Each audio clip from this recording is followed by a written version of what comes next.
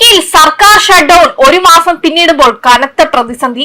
ജീവനക്കാരുടെ കുറവ് കാരണം 10% വിമാന സർവീസുകൾ നിർത്തലാക്കാൻ സർക്കാർ തീരുമാനിച്ചു. അന്താരാഷ്ട്ര സർവീസുകളെ ഒഴിവാക്കും. എയർപോർട്ടുകളിലെ ജീവനക്കാരുടെ കുറവാണ് വിമാന സർവീസുകൾ നിർത്തലാക്കാനുള്ള കാരണമായി സർക്കാർ പറയുന്നത്. പുതിയ തീരുമാനം അമേരിക്കയിലെ 40 എയർപോർട്ടുകളെ പ്രതികൂലമായി ബാധിക്കും. വിമാനത്താവളങ്ങളുടെ പ്രവർത്തനത്തെയും ബാധിക്കും. അന്താരാഷ്ട്ര സർവീസുകളെ ഇതിൽ ഒഴിവാക്കുമെന്നാണ് വിമാന കമ്പനികൾ അറിയിച്ചിട്ടുള്ളത്. അതേസമയം ഷട്ട്ഡൌൺ അവസാനിക്കാൻ വാഷിംഗ്ടൺ ചർച്ചകൾ തുടരുകയാണ്.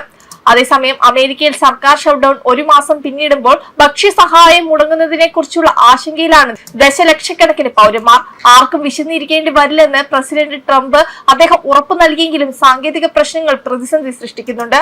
ആരും പട്ടിണി കിടക്കാൻ ആഗ്രഹിക്കുന്നില്ലെന്നും ധനസഹായം തുടരാൻ നിയമപരമായ വഴികൾ തേടാൻ ഉദ്യോഗസ്ഥരോട് ആവശ്യപ്പെട്ടിട്ടുണ്ടെന്നും ട്രംപ് വ്യക്തമാക്കി. സർക്കാർ ഫണ്ട് നിലച്ചതോടെ ഏകദേശം 4.2 കോടി ആളുകൾക്ക് ലഭിക്കുന്ന പ്രതിമാസ ഭക്ഷ്യസഹായമായ സപ്ലിമെന്റൽ ന്യൂട്രീഷൻ അസിസ്റ്റന്റ് പ്രോഗ്രാം ആനുകൂല്യം നവംബർ 1 മുതൽ മുടങ്ങേണ്ടതായിരുന്നു. എന്നാൽ ഫണ്ട് മുടങ്ങാതിരിക്കാൻ അടിയന്തര സഹായനിധി ഉപയോഗിക്കണമെന്ന് റോഡ് ഐലൻഡിലെ ഒരു ഫെഡറൽ ജഡ്ജി ഉത്തരവിട്ടു. എന്നാൽ ഈ അടിയന്തര ഫണ്ട് ഉപയോഗിക്കാൻ നിയമപരമായി കഴിയില്ല എന്ന നിലപാടിലാണ് ട്രംപ് ഭരണകൂടം. ഇത് സ്നാപ് ആനുകൂല്യങ്ങൾ കിട്ടേണ്ടവർക്ക് വലിയ ആശങ്കയാണ് സൃഷ്ടിച്ചിരിക്കുന്നത്. ഒക്ടോബർ 1 തുടങ്ങിയ ഈ ഷട്ട്ഡൌൺ 2ാം മാസത്തിലേക്ക് കടന്നിരിക്കുകയാണ്. ശമ്പളം കിട്ടാതെ വലയുന്ന ഫെഡറൽ ജീവനക്കാരും അടിസ്ഥാന സേവനങ്ങൾ നിലച്ചതിനാൽ ദുരിതത്തിലായ ലക്ഷക്കണക്കിന് അമേരിക്കക്കാരും പാർട്ടി പോരിന്റെ ഇരകളാവുകയാണ്. റിപ്പബ്ലിക്കന്മാരും ഡെമോക്രാറ്റുകളും പരസ്പരം പഴിചാരി മുന്നോട്ടു പോകുമ്പോൾ ഈ വാരാന്ത്യം മുതൽ ഷട്ട്ഡൌണിന്റെ പൂർണ്ണ പ്രഹരം സാധാരണക്കാർക്ക് നേരിടേണ്ടി വരുമെന്നാണ് റിപ്പോർട്ടുകൾ. അതേസമയം 6 വർഷത്തിനിടയിലെ ആദ്യത്തെ അടച്ചുപൂട്ടലിലേക്കാണ് അമേരിക്കൻ സർക്കാർ നീങ്ങിയത്. ഇതിനു മുമ്പ് പലതവണ US-ൽ സർക്കാർ ഷട്ട്ഡൌൺ വന്നിരുന്നു. 2018 പ്രസിഡന്റ് ഡൊണാൾഡ് ട്രംപ് ആദ്യം അധികാരത്തിലെത്തിയപ്പോഴാണ് ഫെഡറൽ സർക്കാർ ദൈർഘ്യമേറിയ അടച്ചുപൂട്ടൽ നേരിട്ടത്. 2018 ഡിസംബറിൽ ആരംഭിച്ച ഷട്ട്ഡൌൺ 35 ദിവസം നീണ്ടു.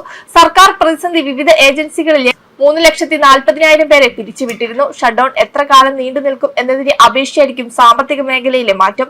മുൻകാലങ്ങളിൽ ഇത്തരം സമരങ്ങൾ കുറച്ചു കാലത്തേക്ക് മാത്രമായിരുന്നു. മിക്കവാറും എല്ലാ നഷ്ടങ്ങളും ഷട്ട്ഡൌൺ അവസാനിച്ച് മാസങ്ങൾ കൊണ്ട് നികത്തപ്പെട്ടു. ഇത്തവണ ഷട്ട്ഡൌൺ നീണ്ടു നിൽക്കുന്ന ഓരോ മാസവും സാമ്പത്തിക വളർച്ചയിൽ ഏകദേശം 0.1 മുതൽ 0.2% വരെ പോയിന്റുകൾ കുറയുമെന്ന് വിദഗ്ധർ നേരത്തെ ചൂണ്ടിക്കാണിച്ചിരുന്നു.